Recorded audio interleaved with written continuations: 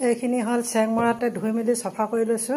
এতিয়া এক মিহি মিহিকে কাটি লওঁ তাৰ পিছতে মই কি কৰি আছো আপোনালোকক দেখুৱাই আছো এতিয়া মই চেংমৰাখিনি কাটি মেলি ৰেডি কৰি ললো ইয়াত কেটামান লাগিব ঠাণ্ডা ভাত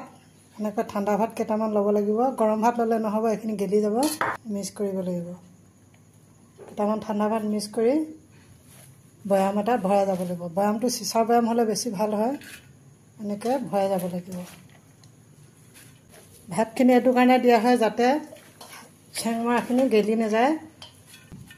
এনেকৈ ইয়াতে ভৰাই মেলি লৈ অলপ পানী দি থব লাগিব এনেকৈ ইয়াত পানী অলপ দি দিব লাগিব এইখিনি 6-7 দিন মানৰ কাৰণে ভয়ামত ভৰাই থৈ দিব লাগিব তাৰ পিছত যেতিয়া 6-7 দিনৰ পাছত টেঙা হৈ যাব মাছ বা মাংসৰ লগত ধুনীয়াকৈ বনাই খাব পাৰিব বনোৱা সময়ত মই একবাৰ দেখুৱাই দিম আপোনালোকক চাই ল'ব পাৰিব